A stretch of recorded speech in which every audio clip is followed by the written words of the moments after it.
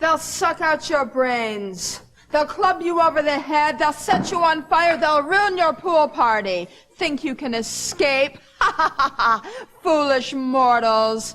The evil rampaging monsters will find you tonight on USA's Real Wild Cinema.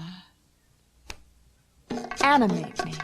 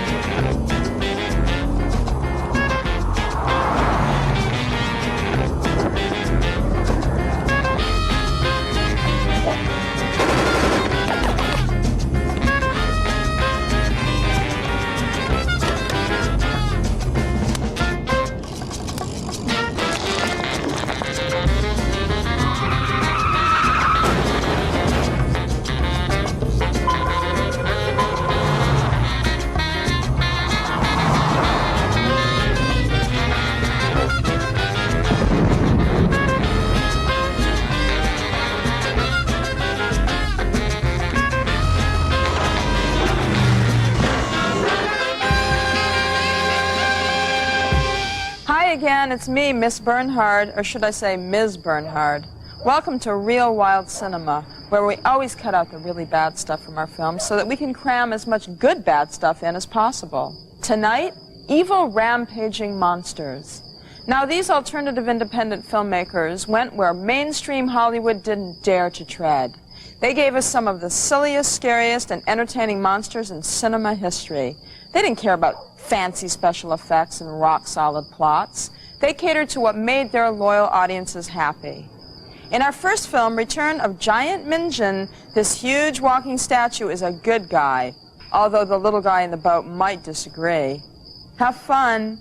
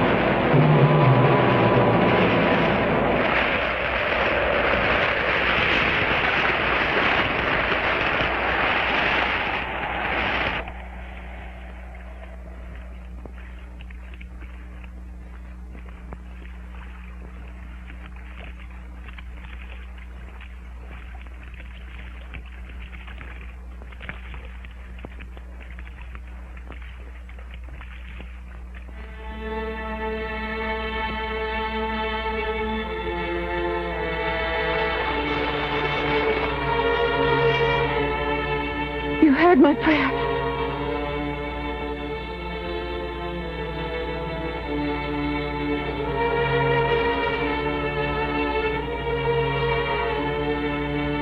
I thank you so much, God.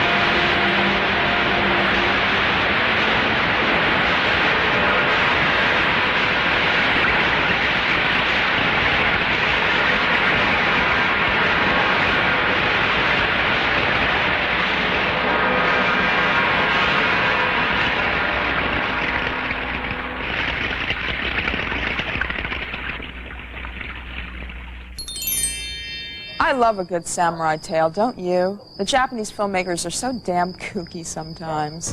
When we come back, a horrible prehistoric beast crashes a groovy pool party. Gee, I sure know what that's like. The 7'2" beast is played by an actor who would later gain fame in those James Bond movies. See ya.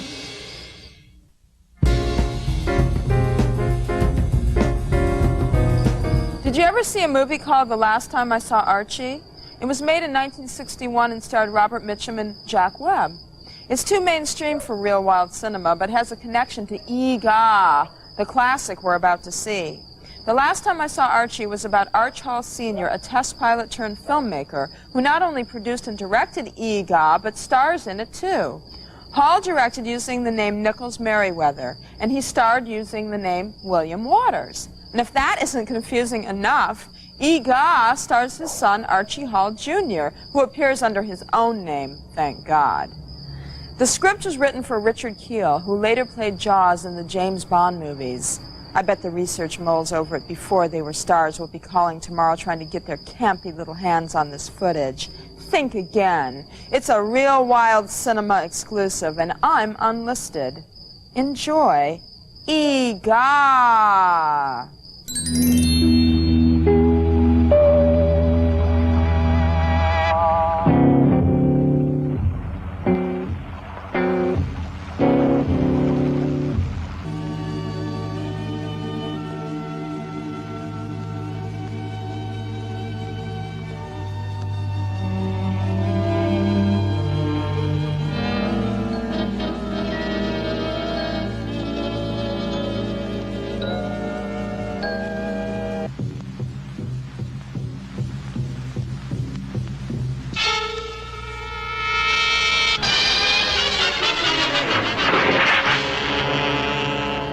No! No!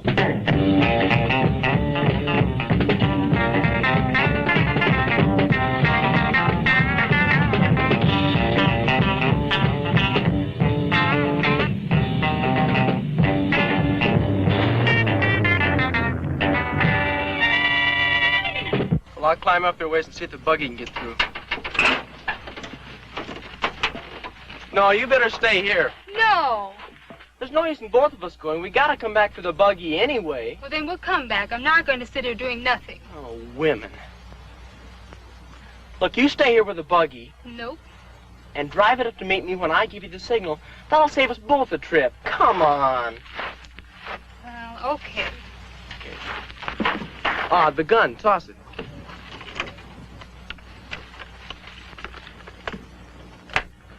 Give me a blast in that horn if you see anything. Don't worry about that.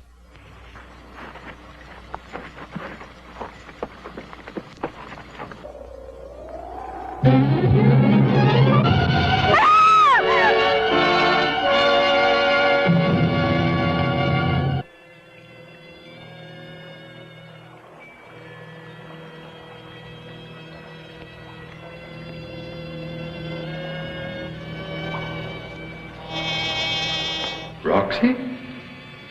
Roxy! Dad! Oh, Dad! Oh, Oh, are you hurt? I think my collarbone's broken. Here, let me help you. How did you get here? Well, we came looking for you, and we were both so worried that we didn't know what to do. No. Take it easy. Dad! Don't do anything to scare him. Me scared him? Smile.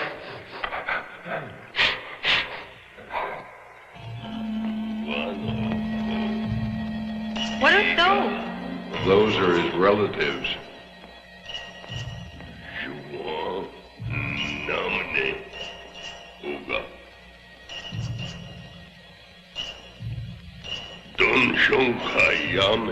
They're dead. Yes, apparently for some time. Eegah, cold. I wouldn't be a bit surprised if the sulfur in these walls isn't what's kept these giants alive all these years. Roxy!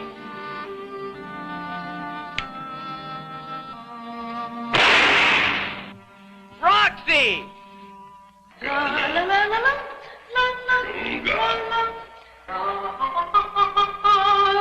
running out of whiskers.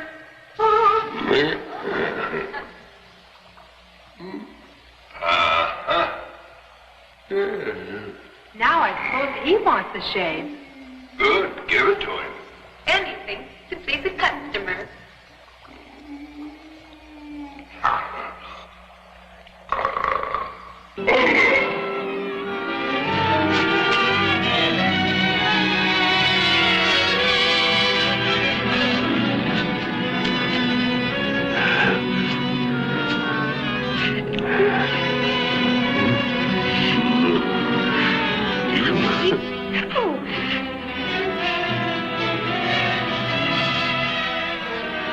Shut up.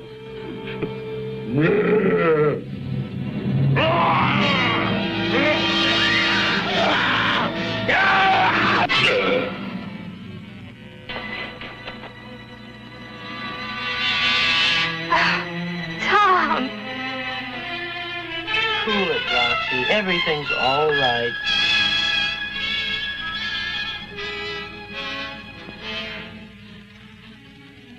Dad! He's okay. He's waiting for us.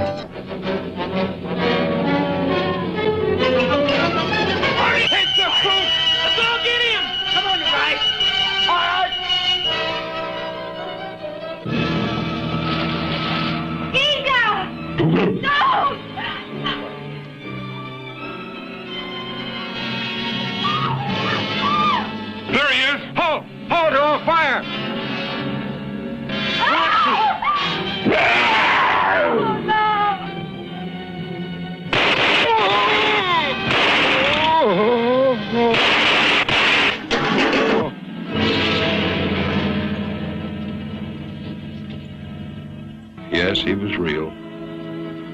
It says so in the book of Genesis. A little Real Wild cinema tidbit for you here. They filmed Eegah in Palm Desert, California. Of course, our Real Wild cinema producers were guerrilla filmmakers and seldom got permission to shoot on people's property. One day, a curly-haired man, about 70 years old, wandered out into the 120-degree heat and informed the filmmakers they were on his land. Before they could even try to talk their way out of the trouble, the old man said, "Be my guest," and left as quickly as he arrived. They later found out that the generous old man was Harpo Marx. Harpo Marx, friend to the Real Wild cinema filmmaker. We'll be right back with a special guest and tonight's feature, the Brainiac.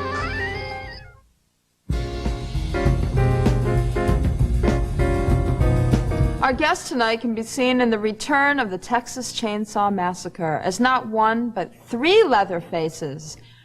Robert Jacks. Hi, Robbie. Hi, Sandra. Hi, baby. So you play three Leatherfaces? Three. How is that possible? Well, they did it in the first one, actually. It's just the budget was so low at that time that they couldn't really afford to do all the masks. They couldn't afford to show the caricatures and everything, and that's why he kind of wanted to make it 20 years later in the way that he wanted to. You can kind of see the impressions of the two other, the grandmother and the beautiful woman Leatherface in the first movie, but really vague.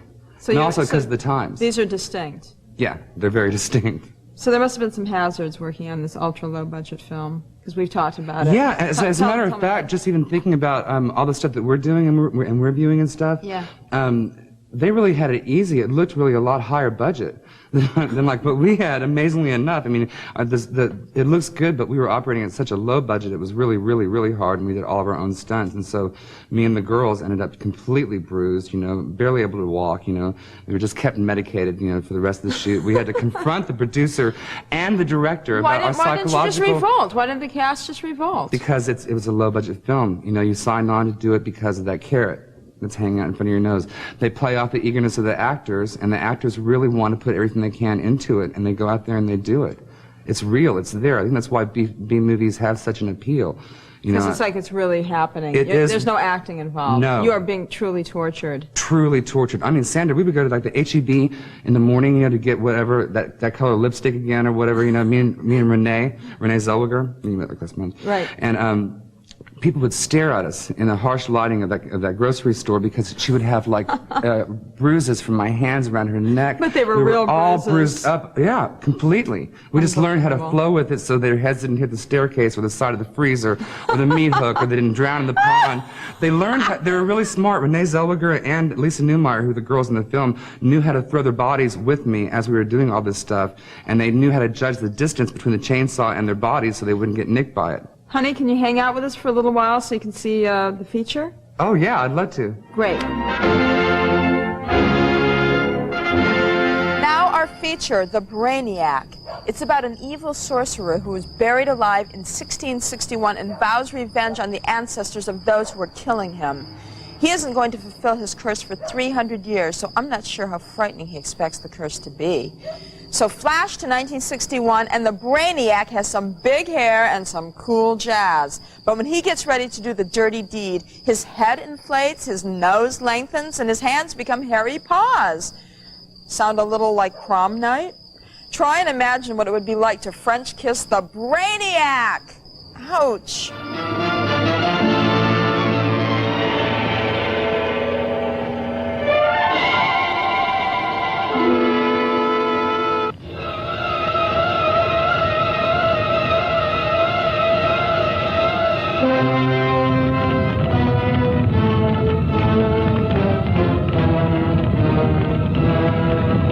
I shall return to your world within 300 years. When that comet completes its cycle and is once again in these latitudes, I will kill each and every one of your descendants, and I shall expunge your foul lineage from this earth.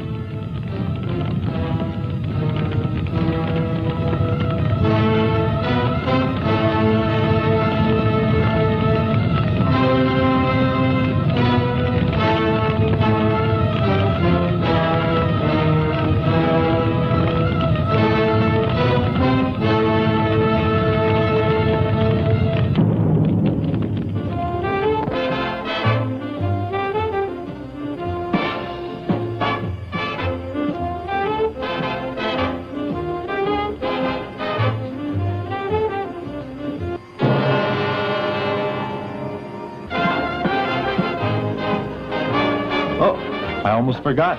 It's 11:45. If we don't hurry, we're going to be late. You two have other plans, it seems. I'm terribly sorry. You see, we're going to talk to the professor at the observatory. It's something important. You must like your work. Don't forget, I chose to be an astronomer. I work in the dark. We're looking for a real star, and there are no clouds tonight.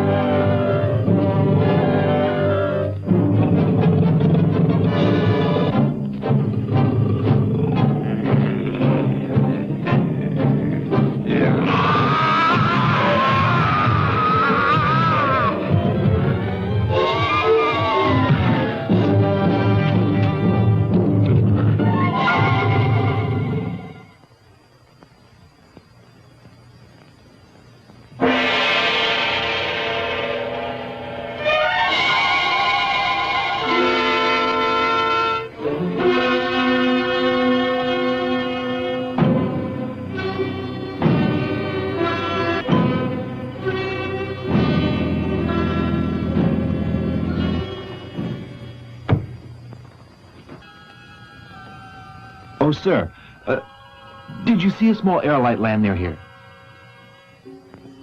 An aerolite? Yes. No. You appear surprised to see me, my friend. I think I should explain. You see, I always take my walks at this hour of the night. Oh, then let me explain also.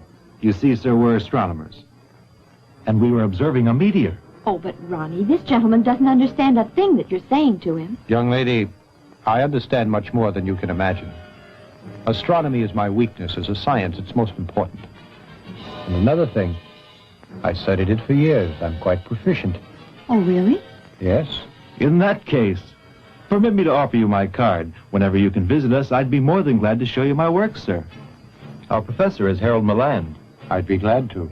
Well, good night. Good night.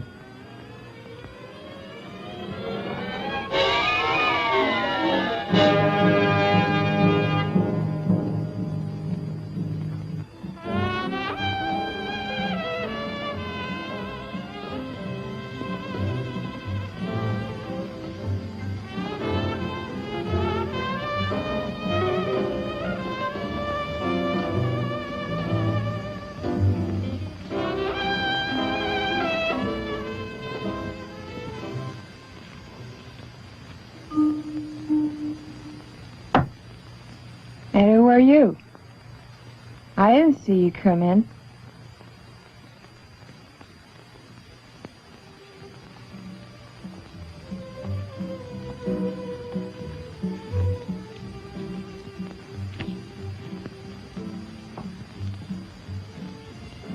I'm sorry, buddy, but the law says I can't serve you this late. Oh, he's an old friend of mine. Give him one drink, won't you, please? The same as mine. You win, but one, and then we close. I got a strange feeling that you and I have met someplace else, honey. But I feel foggy right now. You're real sweet, so please don't think you bother me or anything like that.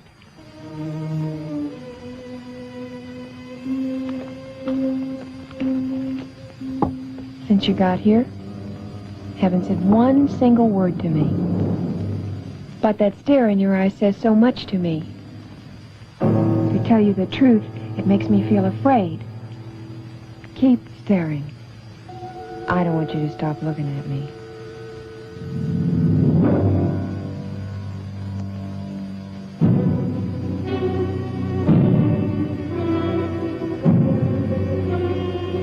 I guess it's just useless.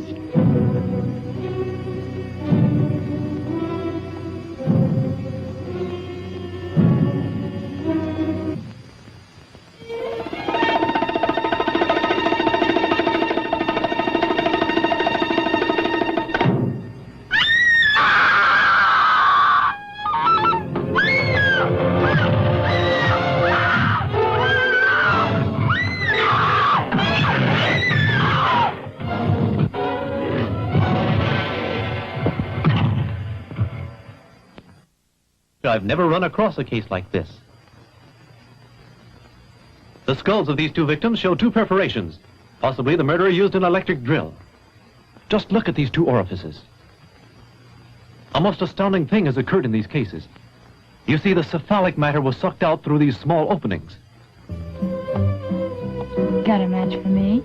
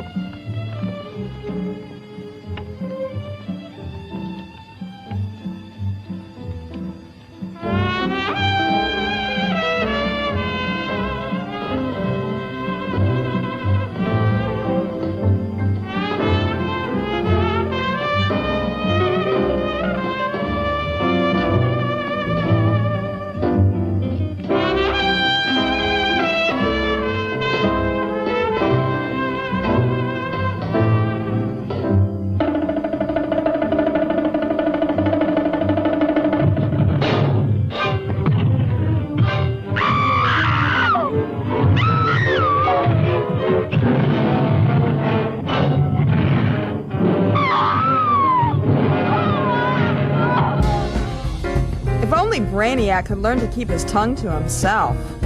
More of Brainiac after this. Right now, we've got the spine-tingling conclusion of the Brainiac! All these decrees here belonged to the Inquisition during the second half of the 1600s, right here. Don Sebastian of Pantoja. You know, in this century, to talk about the Holy Inquisition and the ways they did justice is not what I'd call easy. There exists a legend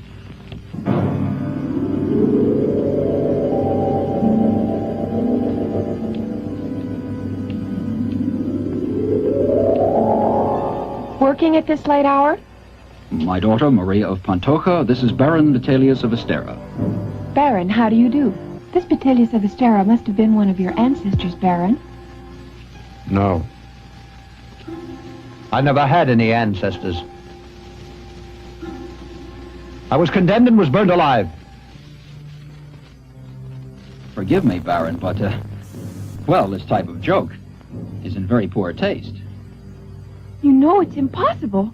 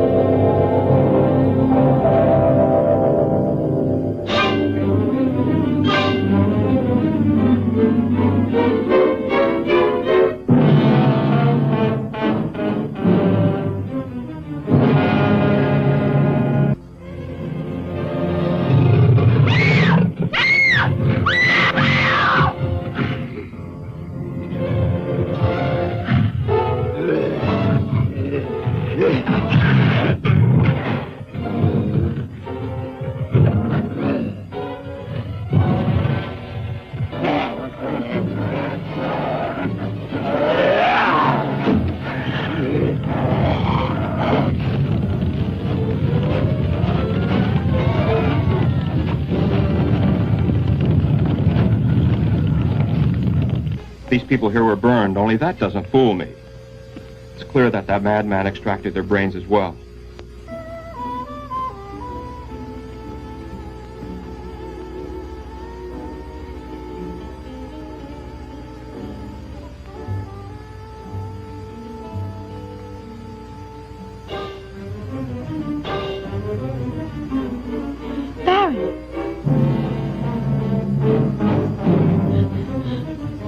You didn't knock.